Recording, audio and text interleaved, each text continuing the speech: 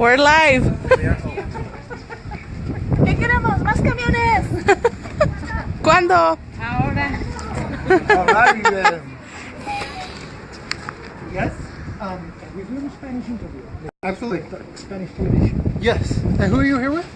Televisión española. Perfect. Yeah. We can do that after this conference. Can we arrange for that? You want to do it right now? Yes. Okay. Give me 30 seconds. I'll leave it. All right. All right.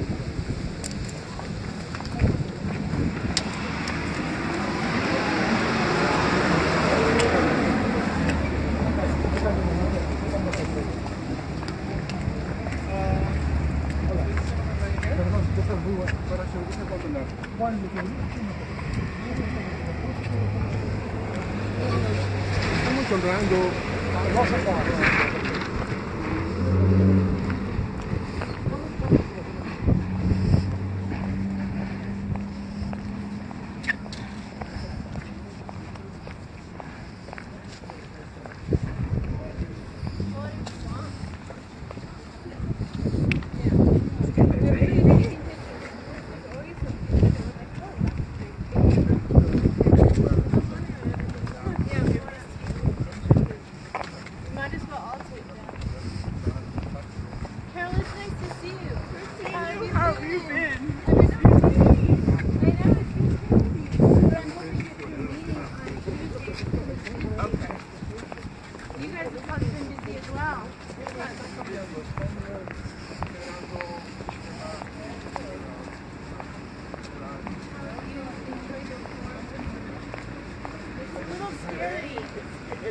Scares me.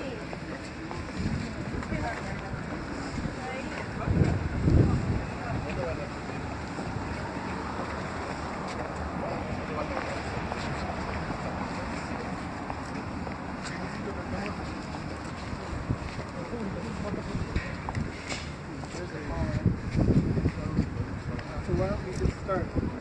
Yeah, you guys have to get out of here. All right, folks. So thanks for coming. So my name is Tomas Rivera. I'm here with Chainbreaker. We're all Chainbreaker members here, and we're having this press conference for several reasons in support of a National Day of Action for Transit Equity Day, in honor of Rosa Parks' birthday, and also to celebrate the proclamation of today as Transit Equity Day. There's going to be a lot of folks speaking about how important transportation is to us in our lives, our need to expand it and to grow it, and to really view transportation as a civil right, because that's what we believe that it is. So maybe we can start as the bus is getting in. So we're going to need to make just a little bit of room for them. Súbase, aquí mero, agárralo y súbase. Súbase. Let me go see if they can let us off. Okay.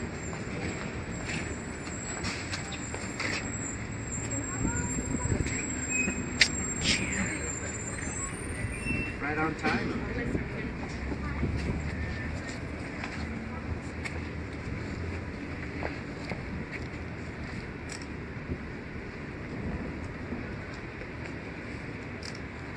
All right, so let's just go ahead. Councilor Maestas is here. He's been instrumental in helping us assure that there's more funding for transit, which has made it so that the cuts stop coming. I'll let him speak a little bit more about that, and he's going to read the proclamation for Transit Equity Day today. Thank you, Tomas. Yes, my name is Joseph Maestas. I'm a city councilman here in Santa Fe. And I want to thank Chainbreaker, and I want to thank the NAACP and Somos Un Pueblo Unido for coming out here to support the commemoration of Transit Equity Day. I fought for more public transit funding. For example, the city was basically using dedicated public transit funds to help balance the budget in the general fund. We stopped that. Chainbreaker was instrumental in helping support legislation that did just that. But it really does, it does take people like Rosa Parks to stand up and take a stand and make a difference and start a movement. So we need to take a stand and demand for free public transportation here in Santa Fe. It is perfectly within the possibility. I'm just going to throw one more little factoid out for you. And we have here in the city of Santa Fe, 82% out of 700 plus transit stops, 82% are not covered. We need to demand that our transit stops be covered. We have working people that are standing in the rain, standing in the snow, in the sun. So let's all work together and make these kinds of positive changes. So I'm here to read a proclamation on behalf of the mayor. The proclamation reads as follows: whereas Rosa Parks was an iconic figure in the movements for social justice and racial equality, and played a major role in the inception of the civil rights movement that ended legal segregation in the United States. Whereas the immediate focus of Rosa Parks' historic protest was the unequal access of African Americans to public transit. And whereas affordable, reliable public transit is an essential public service on par with utilities such as water and electricity. And whereas expansion of our public transit services can create good-paying jobs, improve the quality of life of communities, and reduce carbon emissions that contribute to global warming. And whereas the city of Santa Fe has a stated goal of reducing carbon emissions and achieving carbon neutrality by 2040. And whereas the Sustainable Santa Fe Plan has stated a goal to increase transit ridership by 2% annually. Whereas the required expansion of public transit to address the climate crisis provides an unprecedented opportunity to continue the tradition of Rosa Parks and the civil rights movement by ensuring that transit systems are affordable and accessible to all, and that people of color, low-income people, people with disabilities, and other marginalized populations have access to the benefits of public transit. Whereas Transit Equity Day is a national event with activities organized by coalitions of unions, community organizations, and faith-based groups and others in dozens of cities throughout the United States to honor the legacy of the civil rights movement and the importance of Transit Equity Day on Rosa Parks' birthday. And whereas the city of Santa Fe recognizes and supports this important national effort. Now therefore, I, Javier Gonzales, Mayor of the city of Santa Fe, New Mexico, do hereby proclaim Monday, February 5th as Transit Equity Day. So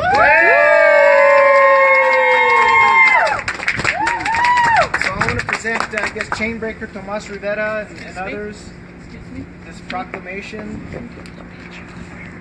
I want to thank you for coming.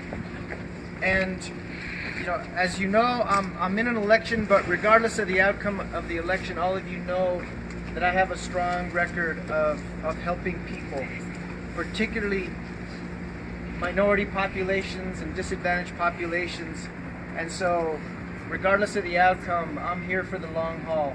And I know that we're going to all work together to make Santa Fe a better place and to make sure that city government policy decisions do not disproportionately impact minority populations and disadvantaged populations. Are you all with me? Yeah! Thank you all for coming. Thank you all. Thank you. So thank you, Councilor Maestas, for this and all of your work in supporting transportation in our communities. Next, I want to introduce Linda. She is one of our Chainbreaker leaders here and a bus rider and a wonderful speaker. She's going to tell her experience about why some of the policies that we're talking about are so important in our lives. Good afternoon. My name is Linda Martinez Ortiz. I'm a Chainbreaker member, a bus rider, and a transportation justice activist. I'm here to speak out as a bus rider. Sometimes as a bus rider, I feel like people have the idea that bus riders don't matter, but we do matter, and we want everyone to know that. Everyone should matter. Transportation is a right. It is And more benches. Yes. Sit on. It is You don't important. have to stand in the rain like this. Yes. Absolutely. It is important because it affects every aspect of my life. I depend on bus service to get to appointments, the store, everything. I depend on the buses to get where I need to go. I can't always walk to where I need to go. especially if I'm carrying groceries or laundry. And it is not just me, it is everyone that depends on the bus.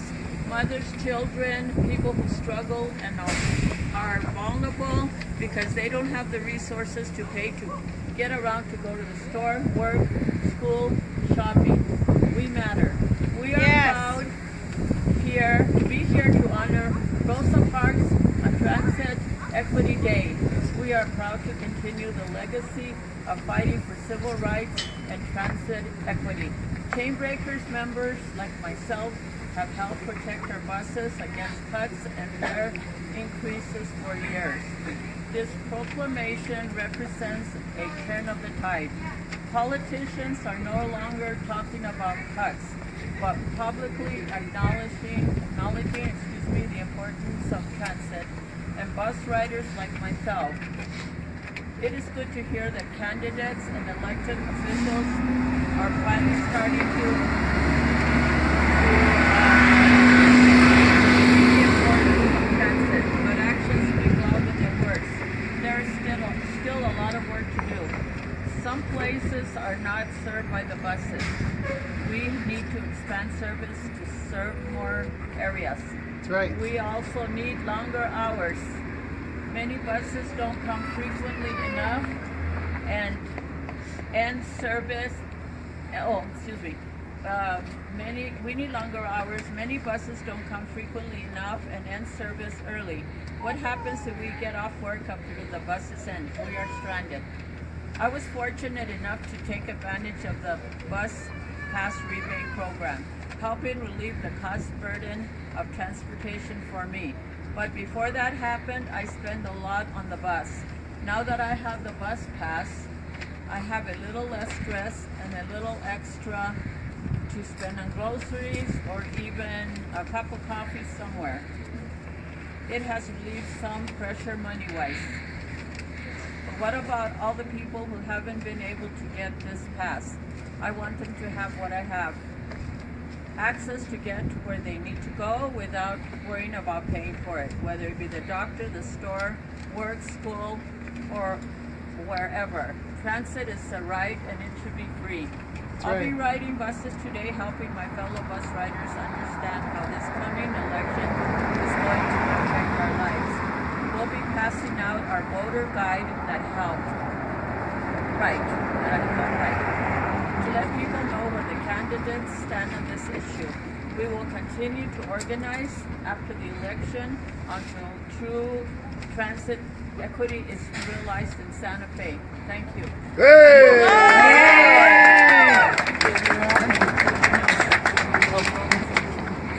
So thank you, Linda, Counselor. and thank you, Counselor.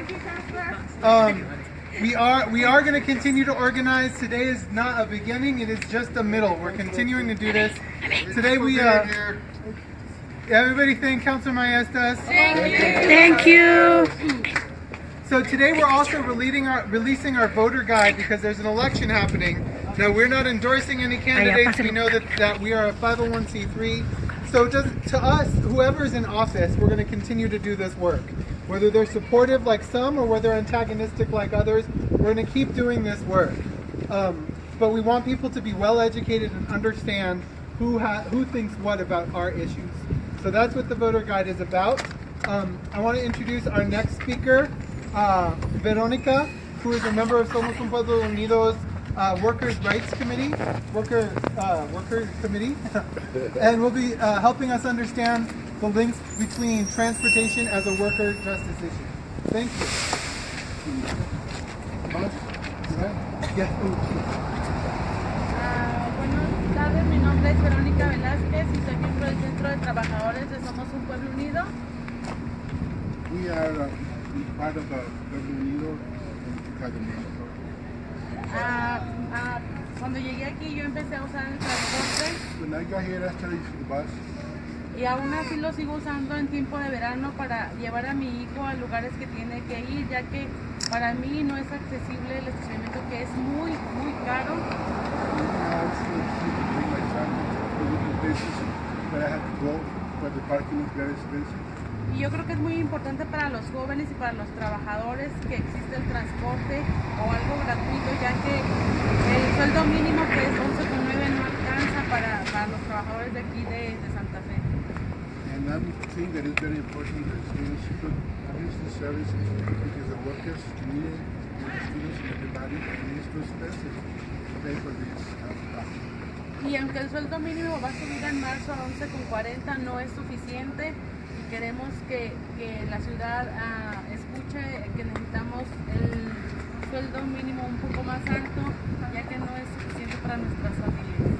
And even though the minimum wage is going to go even higher, we need them to know that we need to go higher because this is not enough for the students. Y programas gratuitos para nuestros hijos. And we need that paper for sons and daughters. Y seguimos apoyando a Chainbreakers también. And Gracias. we support Chainbreaker Collective.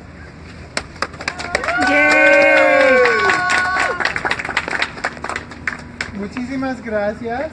I want to introduce, we have also the NAACP here to speak. As we know, of course, Rosa Parks brought the civil rights movement into national attention.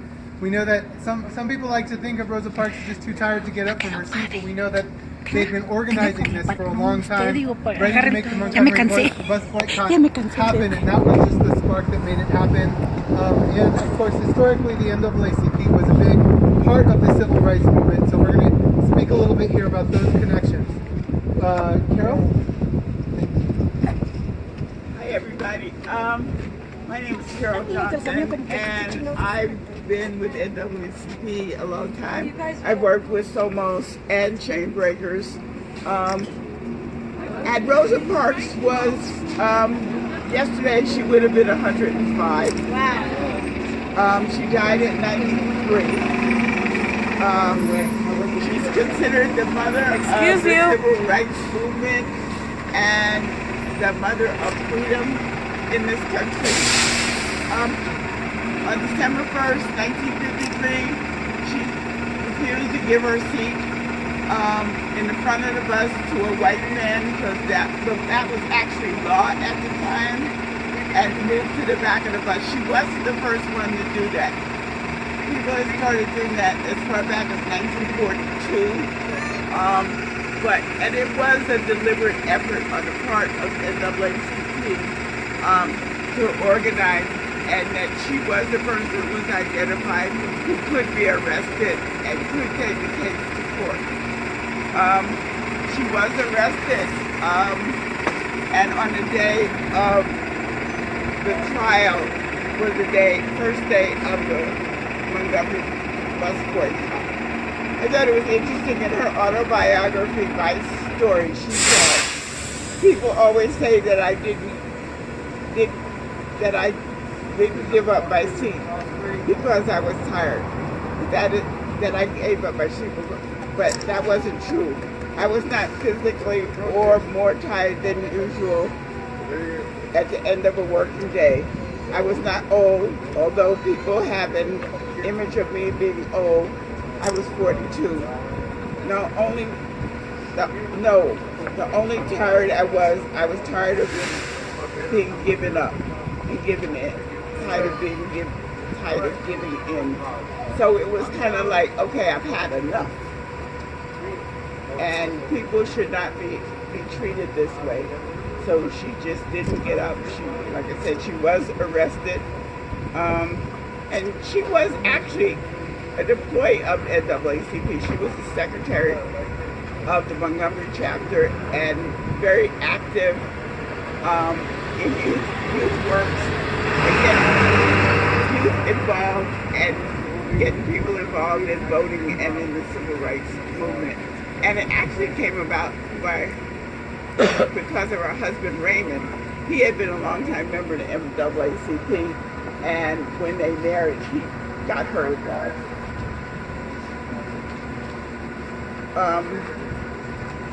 Shortly the bus boycott lasted 381 days, and then the law was changed so that people had access to sit wherever they wanted to.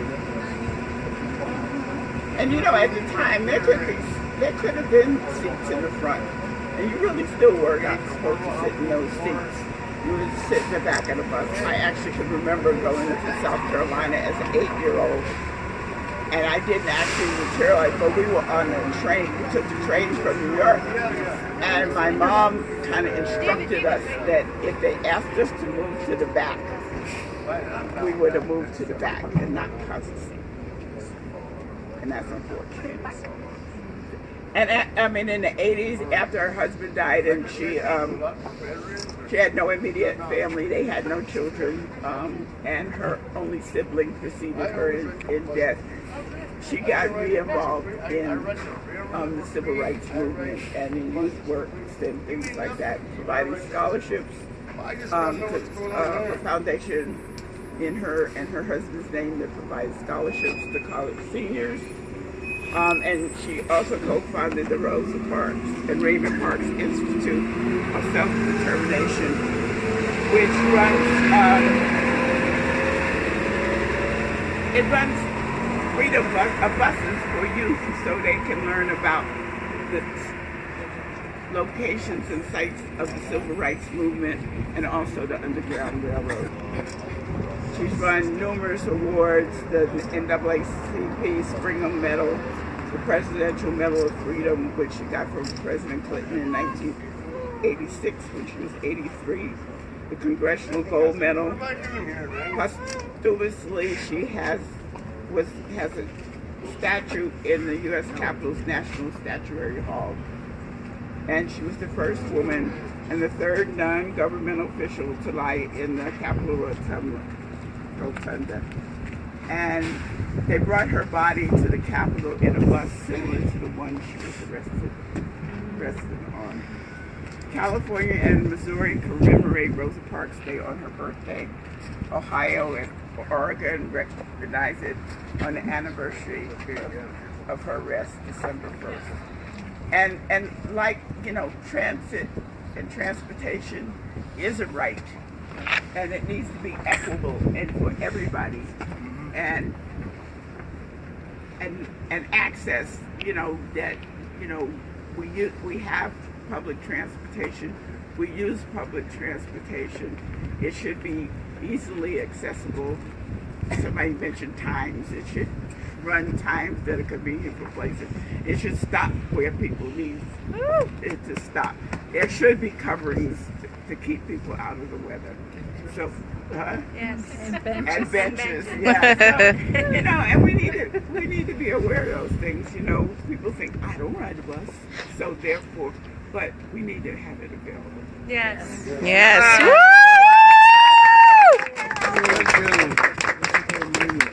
Thank you so much, Carol. And so happy birthday, Rosa Parks. We're happy and honored to be here and to continue the struggle of civil rights, to keep talking about transportation justice. And you know, there's some striking things about Santa Fe in this day and age, right? A lot of people like to think that the civil rights movement is over, but we have people here right now that are organizing in the civil rights movement. Woo! Yes.